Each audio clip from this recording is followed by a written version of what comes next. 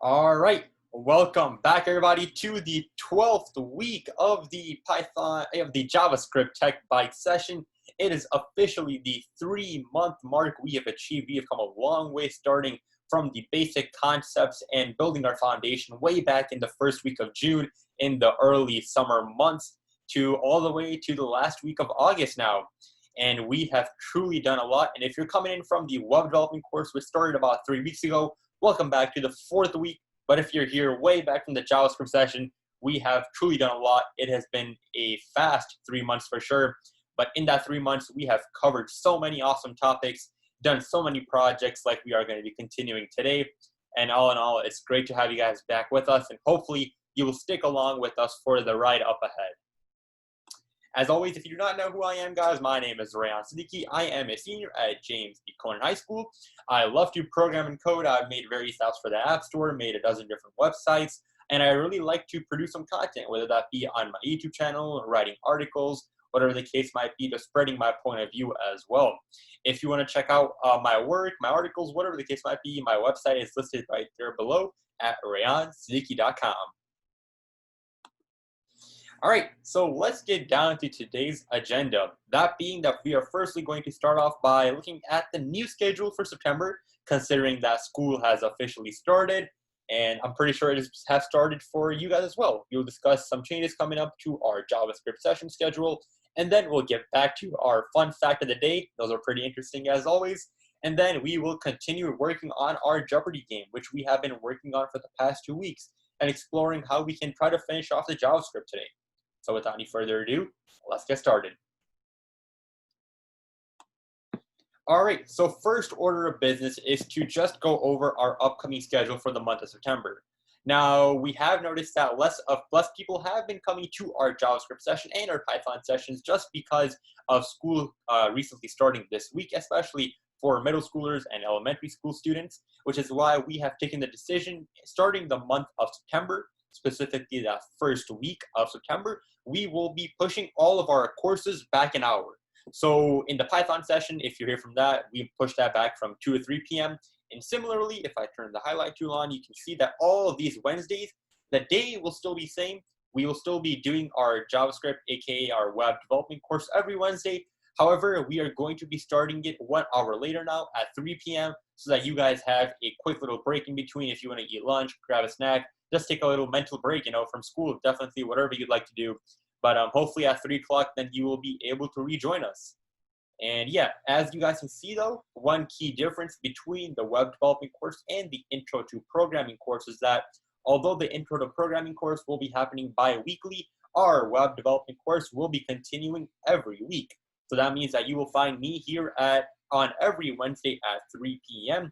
ready to get started, rock and roll as always, learn new concepts and get started. And if you're interested in our other programs as well, we can talk about them right now as well, such as Teen Trivia.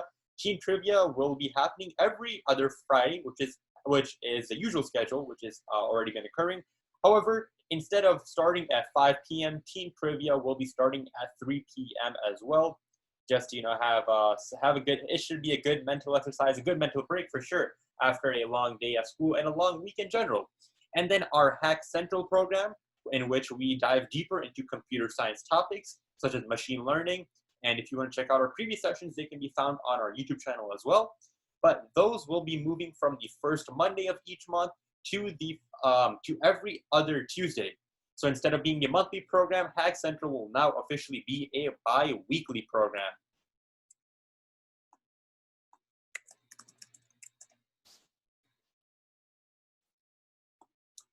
So yeah, if you guys, as always, have any questions about the schedule, anything you want to personally reach out to me, you can always drop it in the chat or post on the Google Classroom as well. By seeing that there are no questions, let's get going. All right, so let's get to today's cool JavaScript fun fact of the day. That being that it's a pretty short statement, which is that JavaScript is a very powerful language.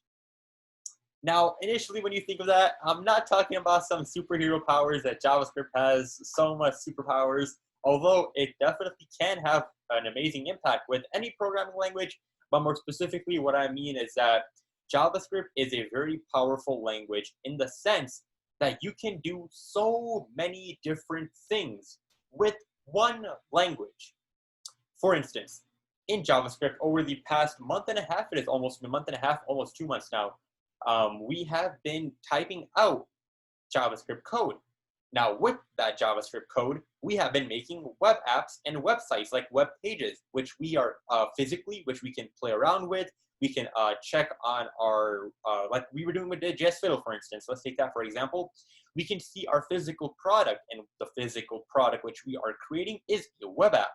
Now, that's one thing which we together through our Tech Bytes web development course, aka our JavaScript course, we have covered is making those web apps. We've made multiple games, we made many different exercises as well, but JavaScript isn't only used for just web apps. It has so many different applications. And if you're confused by what I mean by different applications, well, JavaScript can be used to make various other things. One of the coolest things, which in my opinion is pretty cool, is that with JavaScript, you can use something called React, and you can make an app for the App Store or the Android app for the Android Play Store, whichever one you like. It's truly amazing in the sense that you can use this one coding language of JavaScript to not only make websites and web pages static, responsive, whatever the case might be, you can actually use it to make an app for your phone, or for maybe for an Android phone, for maybe an iPad, iOS. It truly does not matter. JavaScript has a lot of frameworks or platforms which you can use and type JavaScript code, or very similar to JavaScript code, in order to make different types of apps as well. Now, you might notice this image to the right of a logo saying Node.js. Now, what is Node.js is a discussion for another day, but basically another aspect of JavaScript and another application is that we can communicate to a server using JavaScript, meaning we can perform server-side programming, which is us communicating with the server. Not going to get into the details and the bolts of all of that today, but we can definitely dive deeper into what Node.js is and all the cool applications with that in the future. But basically with Node.js, we can use it to be the back end of our web app, in the sense that we can use JavaScript and Node.js in order to make sure that, say, we want to hold data into a database. We can use JavaScript to hold data into a database, and then we can even pair it with creating web apps, creating our own mobile apps. Truly has many different applications.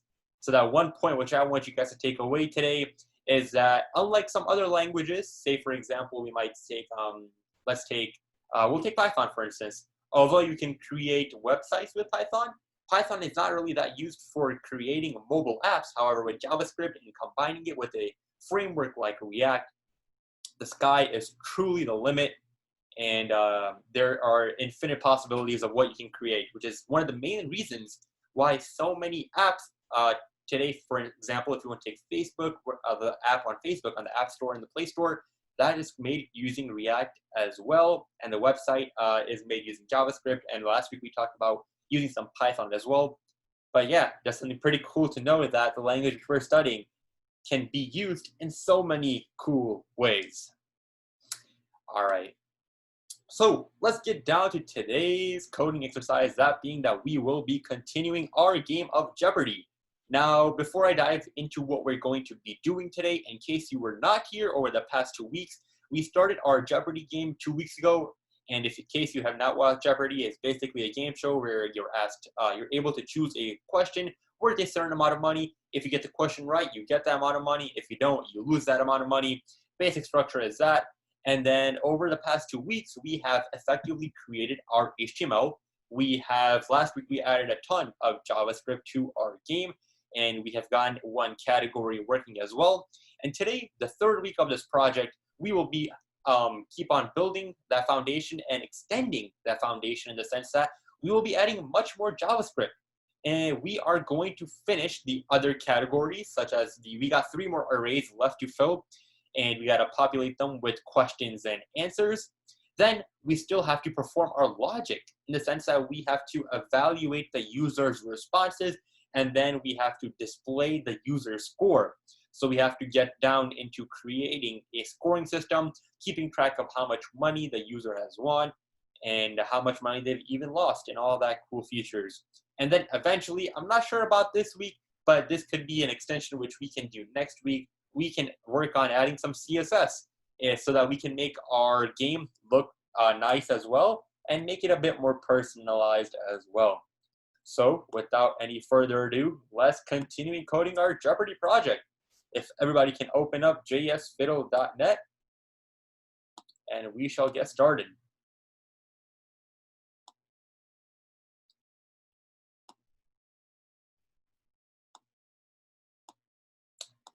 As always, I've recommended that you should definitely have a JSFiddle account so you can save your work. As you can see, I'm going to go into my old fiddles to pull up my Jeopardy game. There we go.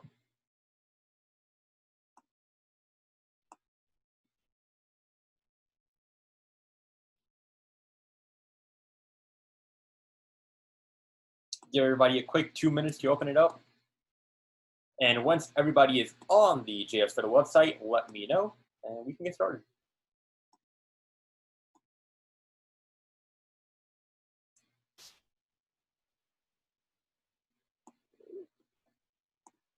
And if anybody would like, I can definitely drop my copy as well, in case you got lost or in case you knew. Here you go. In the chat, it will be visible now.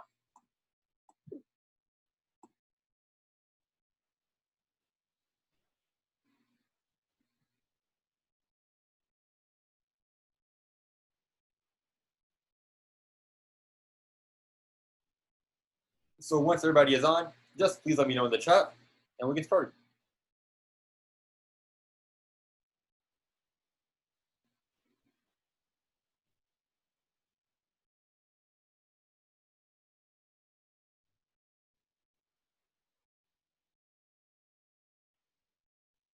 Alrighty. So let's take a quick look of where we left off last week. So if I hit run, we are able to get our first category working, that first category being about the NBA. So if I hit the $100 button, we are asked a $100 question. So who wore 23 for the Chicago Bulls in the 1990s? However, even if I do put in the correct answer, nothing is happening. That is because we left off at that point. We still have to do the evaluation of the user's responses, but also we can check out the other questions. We see that we have them being displayed through an array we made right here called NBA questions. So today's task is going to be get the rest of these three categories, questions and answers arrays done, and then to finish off and completely finish off the evaluation phase where the user can get some points. So let's get started. So it looks like we already have made our NBA questions array and answers. However, we still have to do the other three categories. So we have to make an event for our current events questions. And then we need an array for our current events answers.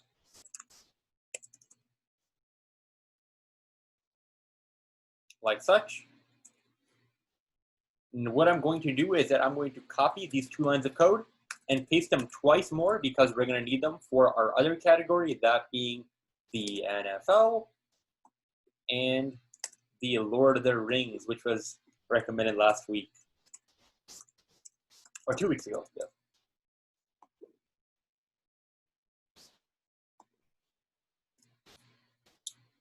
All right, everybody, quick minute to catch up.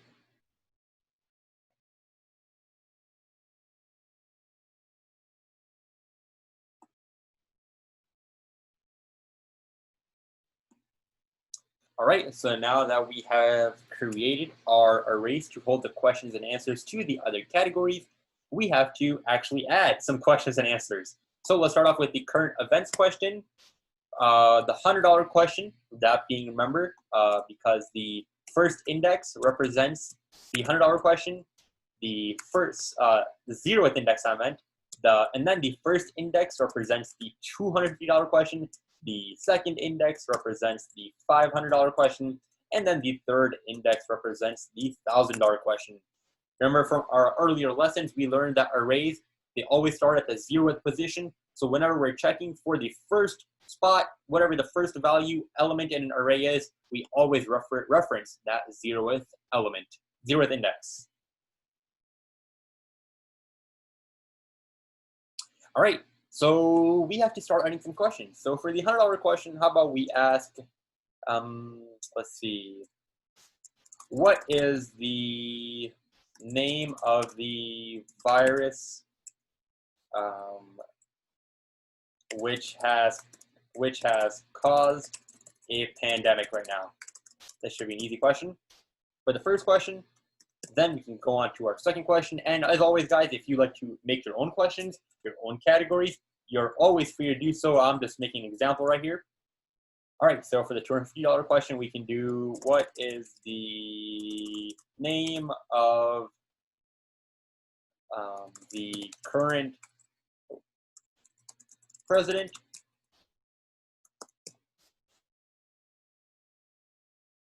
and then for the $500 question, we can do, what is the, let's say, the name of the Democratic nominee? That's a current event question going on right now. Always good to stay involved in your politics, guys. And then for the $1,000 question, we can say, how about, who was recently chosen to be the vice president of the Democratic nominee? These are all very current events happening right now in our society. All right, so now that we have these 4 questions typed out in, remember, a string format, we have to pair them up with the answers. So the first question which we asked was, what is the name of the virus which has caused a pandemic right now?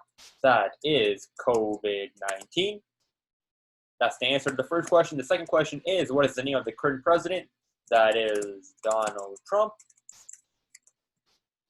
Third question, what is the name of the Democrat nominee? That is Joe Biden. And then our last question was, who was recently chosen to be the vice president of the Democratic nominee? Well, that was Kamala Harris. All right, so we got 2 more categories left, that being the NFL and that being Lord of the Rings, which I really do not have any clue of because I've not read, or I'm not even sure if there's any movies for, but we can look up any questions or answers. Or I can have Dan help me if, Dan, you know anything about Lord of the Rings.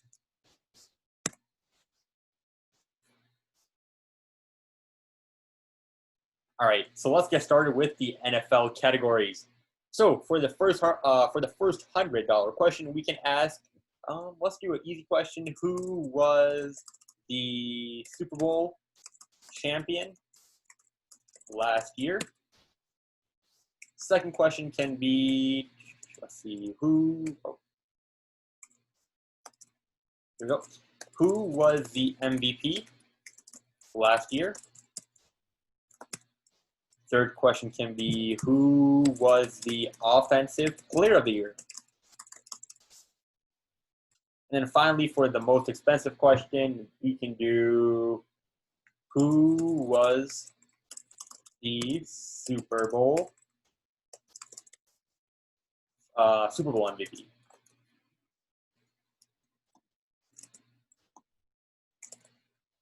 Now we have to write the corresponding answers. So who was the Super Bowl champion last year? That was the Kansas City Chiefs. Who was the MVP last year? That was Lamar Jackson of the Baltimore Ravens. Who was the offensive player last year? That was Michael Thomas. And then who was the Super Bowl MVP? That was the quarterback who led the Chiefs to the Super Bowl, that being Pat Mahomes. Give everybody a quick minute or 2 to catch up. That's a lot of typing we just did.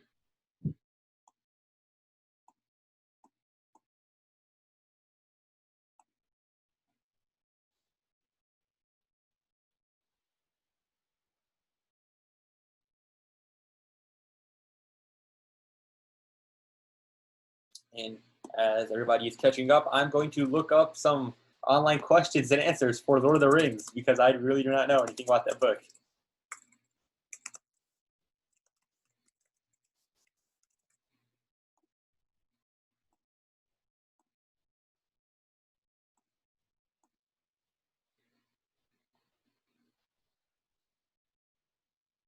All right, looks like I found some website with some questions. Hopefully they're accurate. If anybody in the crowd does know anything about Lord of the Rings, feel free to type some questions which you'd like for the game. All right. So hopefully you are all good. As always, if you are having any trouble, any bugs, any errors, just let me know in the chat and I will help you right away. But if there are any, we can get started and finish our last array of questions and answers, that being for Lord of the Rings. So on this website, it looks like the first question is, in the Fellowship of the Ring, what is the name of the ferry the hobbits use to escape the Black Riders? I'm just going to copy that question. I'm going to paste it in here. And as always, guys, if you would like, you can make your own category. By no means you have to follow what I'm doing for Lord of the Rings. This was just a suggestion made by 2 weeks ago. So looks like the second question. That's a pretty long one. Trying to look for a smaller one. Where was the entire trilogy of Lord of the Rings filmed? That'll be the second question.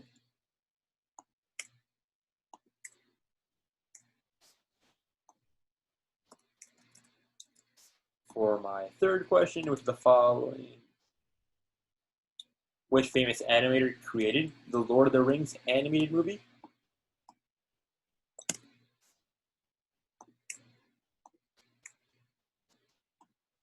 And then for the $1,000 question, we can go with how does Frodo, who played Samwise Gamgee? I'm pretty sure I'm pronouncing that incorrectly. All right, so now that we got those 4 questions, we need the 4 answers. So it looks like the first question was in the Fellowship of the Ring. I believe that was the first question. Here is the answer.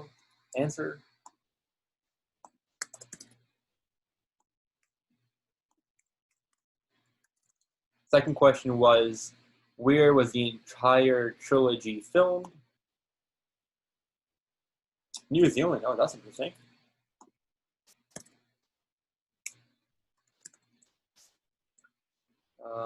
Which famous animator created the animated movie? That is Ralph Bakshi. And then our last answer is, who played Samwise Gamgee? The answer is to that, Sean Astin.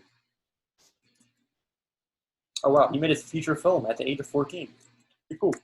So let's go back. Here's our Google Classroom, guys. If you ever wondered how it looked like, be sure to join.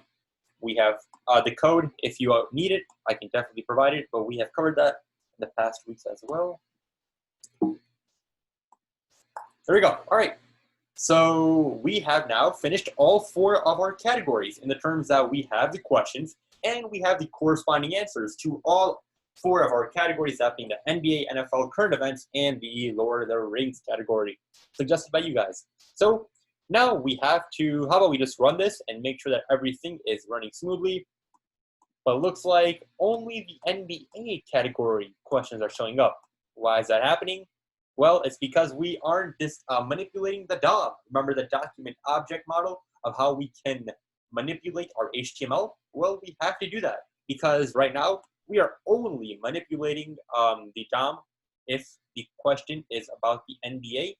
So if any of the NBA buttons are clicked, only the NBA questions are showing up, but we have to do the same code for the other categories. So to make our lives easier, I would highly recommend that you just copy the statement we wrote from last week. But instead, remember, there's always, if a condition is not met in the first logic if statement, we have to use something called an else if, like such.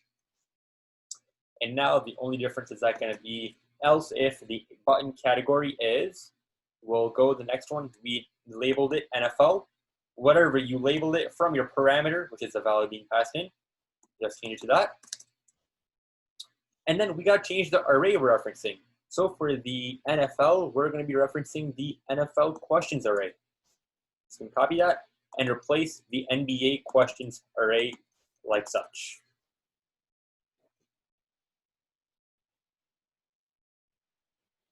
All right, so now that we got the NFL category done, the same process has to continue for the other two categories. So else if, oh, forgot the letter E, there we go. Else if our category is about the current events, we're going to display some current event questions. So head on over to your current event questions array, copy that, and then paste it wherever the old array name is so that we are referencing the correct array and reading the right element. As a quick reminder, when we are using this line of code right here, which says to manipulate our HTML and specifically the paragraph tag, which has an ID of question display, to whatever the content of this array is at that 0th index, aka the first element, we are talking about the first question in the current events array, that being what is the name of the virus, which has caused a pandemic right now.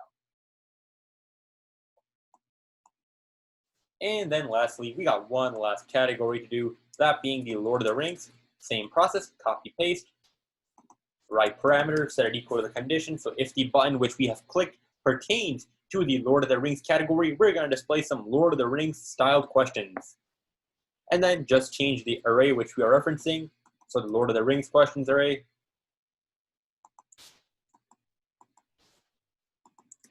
Like such. Give everybody a quick minute to catch up.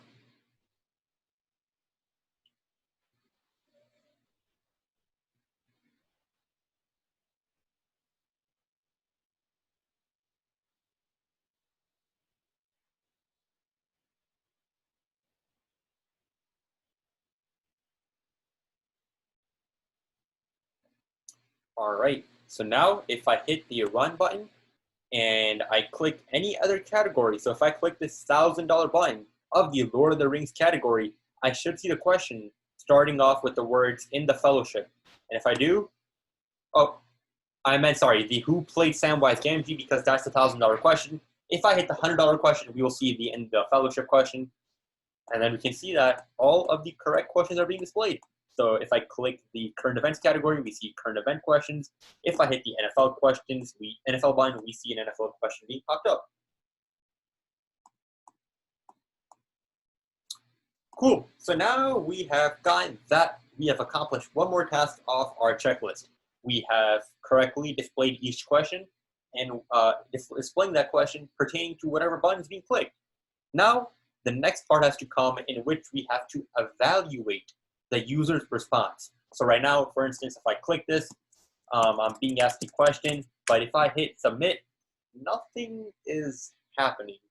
Well, that's because, remember from our HTML, if I go back up, we had our submit button. We're calling this function on this whenever it's clicked, called submit. If I go back to my JavaScript,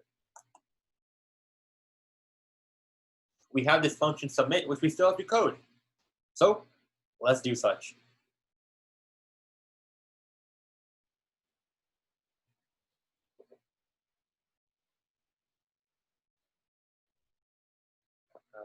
Everybody is good.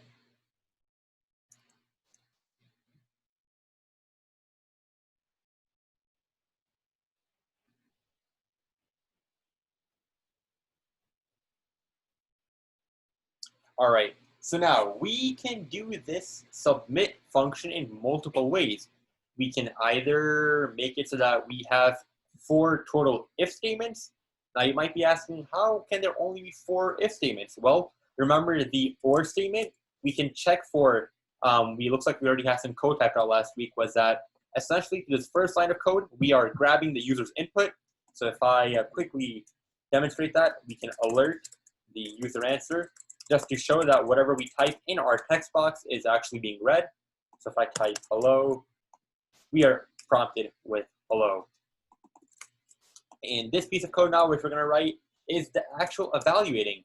We have to check whether the answer which the user put in is correct and if it has any value.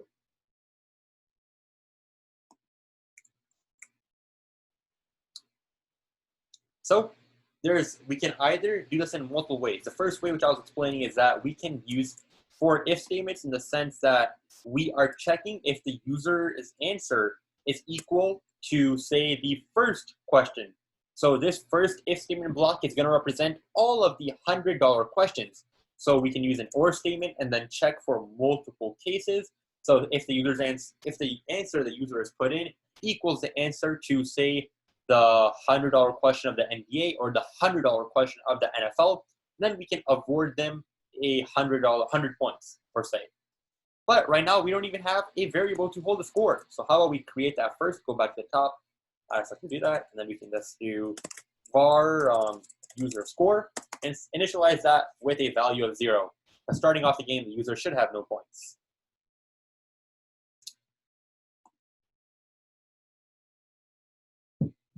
Just typed out user score and then equals 0.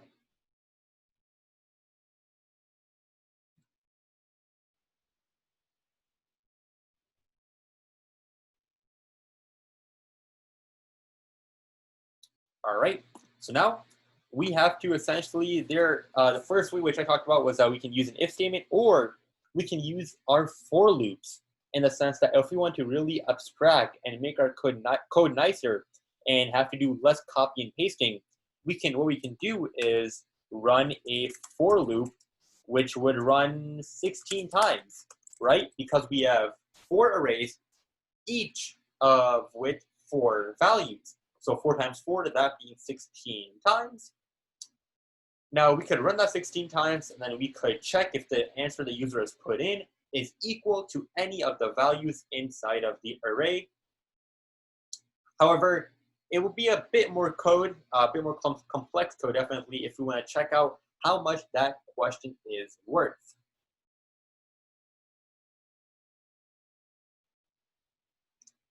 Now, just for some good practice, I think we will go with the option of using a for loop. If anybody is confused, then we can definitely go back to our ways of using 4 separate if statements. But just to expand upon our coding skills, become stronger programmers, how about we start off with a for loop? So we're going to use that same idea. We're going to use a for loop in order to compare the answer the users put in to all of the values in the arrays. How can we do that? Well, like such. So we're going to make a for loop. We're going to initialize a variable for our for loop. I'm just going to call it x. Set it equal to 0. Now remember, we got to run this 4 times 4 times. So that means 16 times. So x is less than 16. Another semicolon and an x plus plus, meaning that our variable will increase by once every time this code inside of this for loop runs. And now we have to use some logic. So what we can do is we can do if the user answer is equal to,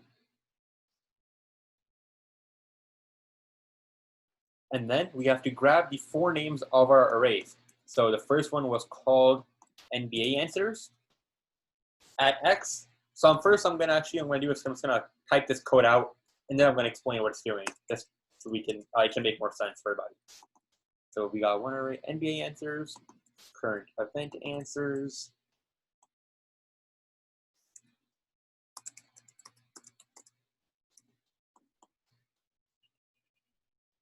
NFL answers, and then Lord of the Ring answers.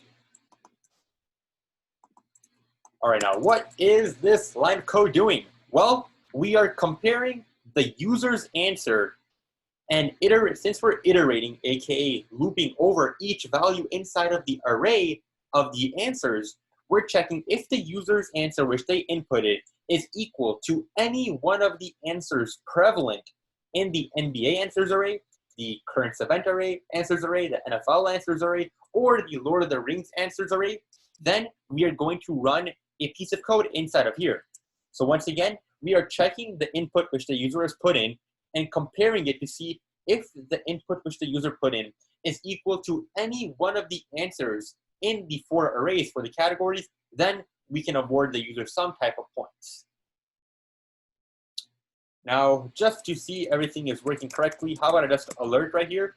A correct answer was inputted. Like such, everybody quick ready to catch up.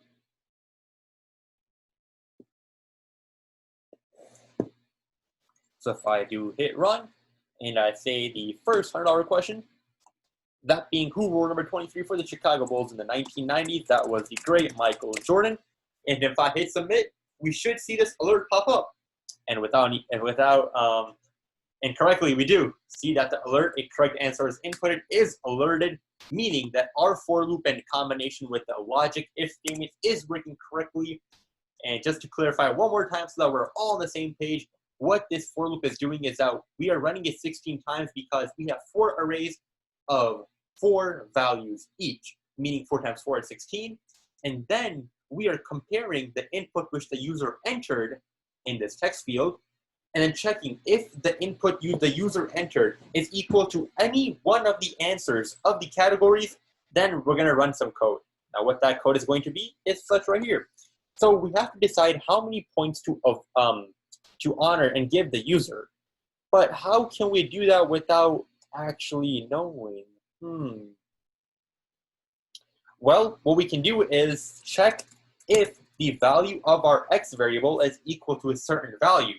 So basically what I mean by that is we know that if the index of the variable x, whatever value it's at, if x is equal to 0, that means it's a $100 question. Similarly, if x is equal to 1, 2, 3, 0, 1, 2, 3, 4. So if x is equal to 4, that's another $100 question.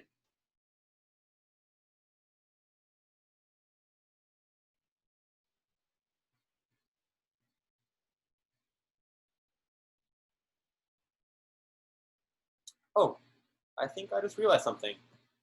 We don't even have to run this for loop 16 times. Believe, yes. Yeah, we don't have to run this for loop 16 times, guys. We can simply set it equal to 4. I was thinking of some different multiplication basically because our arrays only have 4 values. And since we're checking them in one large if statement, this is checking to see if the answer is equal to any one of the answers in the array. So just to make sure everything is working correctly, who was a player who went to the finals 9 years in a row? I'm just going to make sure that it is the correct spelling. Yep, LeBron James. And if I hit submit, oh, I'm not printing anything. I'll just alert correct once more. 250. There we go. So we can change that to 4 times instead of 16. We do not have to square it. And now our math is much easier. So we know that if the variable x is equal to 0, that means that the user answered a $100 question because that represents the first element in the array, aka at the 0th index. So whatever you called your global variable, remember user score is a global variable because it is outside of any function, meaning we can use this variable in anywhere in our code. I'm going to go right here. I'm going to increase the user score by 100. And I'm going to copy this statement just for easy purposes and then do an else because remember we're checking for a different condition. And if that is equal to 1, we increase the user score by 250. Else if the x is equal to 3, we increase the user score by 500 points. And then lastly, if it's equal to 3, we increase the user score by 1,000 points.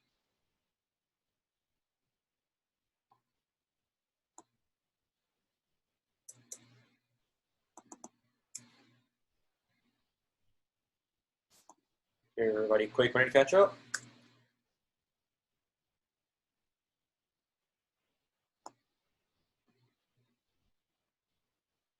And then one of the last things which I want to do today is displaying the user's score. So just to make sure that our score is working correctly, I'm just going to log it and see if the user score variable is actually changing, like such. Put a print statement, like this. Hit run, answer some questions. So who were 23 for the Bulls? That was Michael Jordan. And we look to our log, our user score is $100. Okay, pretty good so far. Let's do a different question. Let's do the second question. Who was the player who went to the NBA Finals 9 years in a row? That is LeBron James. So now we should see the output in our console not be 100, but in fact $350 because 100 plus 250 is 350. I hit submit. We go to the console. We do see our variable changing correctly. Awesome. We see that our user score is $350. So now that we, in fact, can see that our variable is holding the value of our question points correctly, we simply have to display it. Now, last week, if you were not following along, made a mistake, I declared my ID for the user score variable. Remember, we're going to use the DOM to manipulate our HTML and display the score. If you did not, it's super simple. I just created a H4 tag, so less than H4, and then gave the ID, opening, close quotation marks, put the name of the ID you want to manipulate, and then the greater than sign.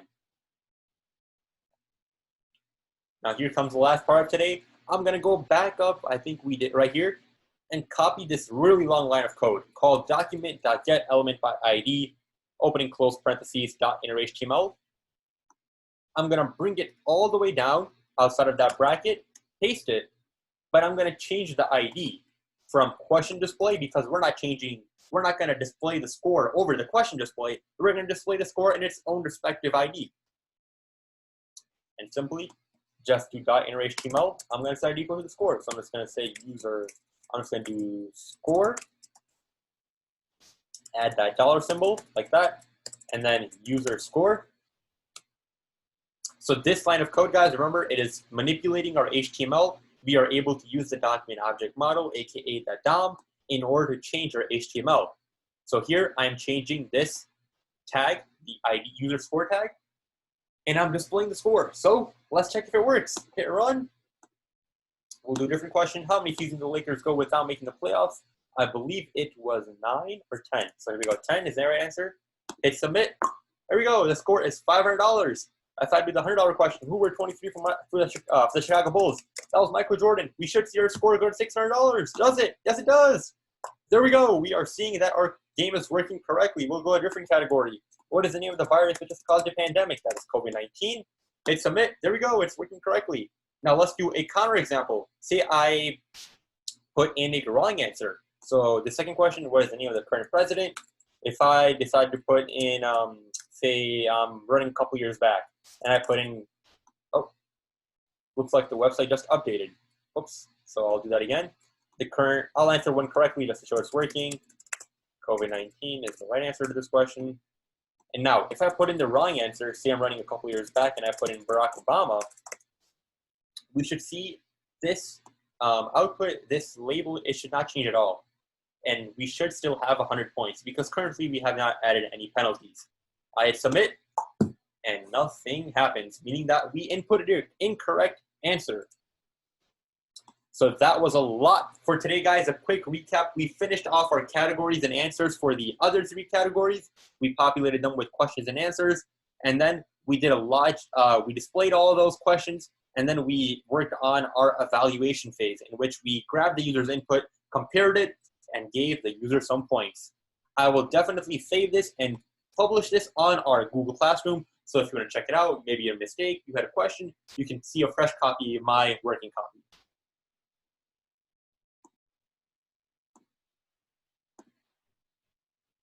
Alrighty then. So guys, for next week, our agenda will be to finish off completely the game, maybe even add some CSS if you guys would like. But if not, we can then get started talking about our next project, that being a calculator project, which will be pretty fun to do.